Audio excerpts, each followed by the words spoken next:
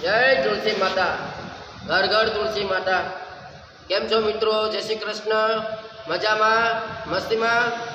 તો મિત્રો 25મી ડિસેમ્બર એટલે ખબર છે ને શું?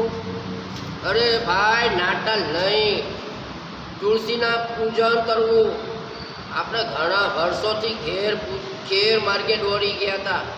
પ્લાસ્ટિકની વર્ષોથી પ્લાસ્ટિકની પૂજા જ કરી છે, પ્લાસ્ટિકના ફૂલોની પૂજા જ કરી છે।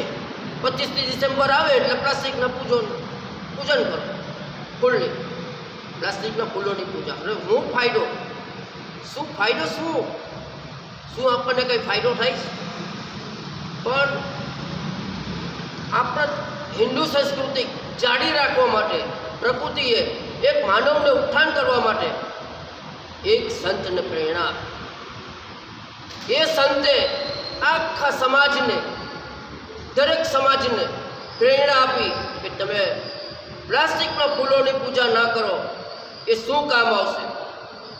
પણ તુલસી પૂજન કરો।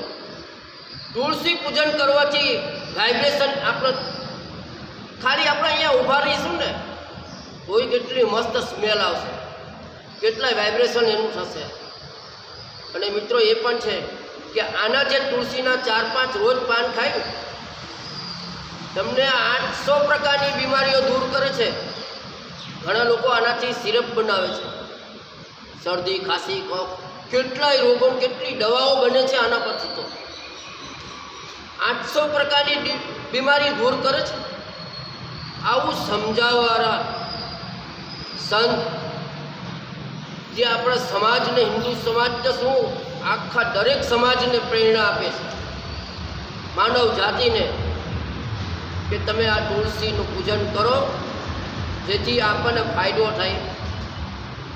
જે પ્લાસ્ટિકના પુરુષો શું ફાયદો થશે? શું સ્મેલ આવશે? શું આપણને કંઈ કામ આવશે? શું એ રોગ દૂર કરશે? નહીં। એટલા માટે આ સંતે દરેક જાતિને, દરેક સમાજને, હિન્દુ હોય કે મુસ્લિમ હોય, એને ઉત્થાન કરવા માટે તુલસી પૂજન કરો। અને તુલસી પૂજન કરવાથી જે ઘણો ફાયદો થાય છે, એમની જે વાઇબ્રેશન કરી 7 પ્રદક્ષિણા કરો, રોજ દીવો કરો, અગરબત્તી કરો। એનાથી ખાલી આટલા અહીંયા પાસે ઊભા રહેશું ને તો એટલી સ્મેલ આવશે। એટલા રોગો બી 800 પ્રકારની હોય। હું તો 800 પ્રકારની કહું છું, ઘણા રોગો દૂર થાય છે એનાથી બી વધારે। હા, અને બીજું વાત સાંભળો, 25મી ડિસેમ્બર ખાસ ધ્યાન રાખવાનું હો। ઘરે ઘરે તુલસી માતા હોવા જોઈએ। દરેકની ઓફિસે બી, ઓફિસ હોય કે ઘર હોય, દરેક ઘર, એક ઘર ખાલી નહીં। જેવી રીતે આપણે રામના ફોટા, રામ દરેક ઘરે ઘરે પહોંચ્યા કે નહીં? રામ મંદિર બનાવ્યું, ઘરે ઘરે પહોંચ્યા કે નહીં? બધે ઘરે ઘર ફોટો, એક ઘર બાકી નથી, ઘરે ઘર રામનો ફોટો હોય। તો શું આપણે તુલસી માતા આપણે ન રાખી શકીએ? જ્યાં રામ છે ત્યાં તુલસી, જ્યાં કૃષ્ણ છે ત્યાં બી તુલસી। તુલસી તો હોય જ, દરેકના ઘરે રાખવો જોઈએ। ઘરે ઘરે તુલસી હોવા જોઈએ અને ઘરે ઘરે તુલસીની પૂજા। હું 25મી ડિસેમ્બર એવું નહીં કે 25મી ડિસેમ્બર જ, અરે રોજ કાયમ કરો, કાયમ તમને ફાયદો થશે, કાયમ સ્મેલ તમને આપ્યા કરશે, કાયમ તમારું રોજ 4-5 પાન ખાઓ, રોજ તમારી બીમારી દૂર ફાટ જઈને ભાગી જશે।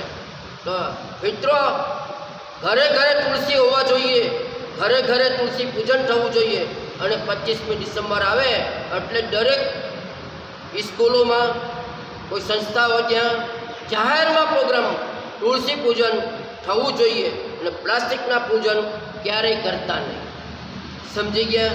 તો મિત્રો, કોઈ બી સંસ્થા હોય, જીવદયા હોય કે માનવ ઉત્થાનની કોઈ બી હોય, કોઈ બી જાતની સંસ્થા હોય કે ટ્રસ્ટ હોય, જે હોય, આવો બધા મળીને એક ઘર તુલસીનું પોડા મૂક્યા હોય। તમે તુલસીના છોડ, તમારો જન્મદિવસ છે, ચાલો 10-15, તમારે કેટલું 25 વર્ષ થયા, 25ના છોડ તમારે ઘરે ઘરે આપ્યા હો। એવી રીતે સેવા કરો, ઘરે ઘરે પહોંચી જશે, કે ઘર બાકી રહે નહીં। તો આવો મિત્રો સૌ સાથે મળીને દરેક ઘરે ઘરે તુલસી પહોંચાડો અને તુલસી હોવા જ જોઈએ, જરૂરી હોવા જોઈએ. જ્યાં કૃષ્ણ છે ત્યાં તુલસી બી છે, જ્યાં રામ છે ત્યાં બી તુલસી હોવા જ જોઈએ. તો આવો મિત્રો સૌ સાથે મળી 25મી ડિસેમ્બર એટલે તુલસી પૂજન ખાસ યાદ રાખવું. ભૂલે ચૂકે બી એક પ્લાસ્ટિકના ફૂલોની પૂજા ક્યારેય કરતા નહીં, આ ધ્યાન રાખજો. અરે આ સમજી ગયા માતાજી છે, માતાજી આપણા ઘરે તો દરેક ઘરે હોવા જ જોઈએ ને. તુલસી માં કહેવાય. પેલા હજારો પ્રકારની 800ની હું તો કહું છું, પણ હજારો પ્રકારની દવા આપણા રોગો દૂર કરે છે, એ આપણી માં જ કહેવાય ને. તો શા માટે આપણે પ્લાસ્ટિકના પૂજા કરવા જવાની? છોડો ને ભાઈ. અરે એક દિવસ નહીં, એને છોડી જ દેવાનું. આપણે આ માતાજીને તુલસી પૂજન એક દિવસ આખો 25મી ડિસેમ્બર એટલે ભૂલવાનું નહીં. ધ્યાન રાખવાનું, ધ્યાન રાખજો. સમજી ગયા? તો હું જય શ્રી કૃષ્ણ. હવે યાદ રહ્યું ને, દરેક સંસ્થાવાળા, દરેક ટ્રસ્ટ જેને જન્મદિવસ આવે છે ત્યારે તુલસીનો છોડનું વિતરણ કરો, ઘરે ઘરે પહોંચાડો. આ સેવા જરૂર કરજો. તો મિત્રો 25મી ડિસેમ્બરે ખાસ ધ્યાન રાખજો. હું જાઉં. જય શ્રી કૃષ્ણ.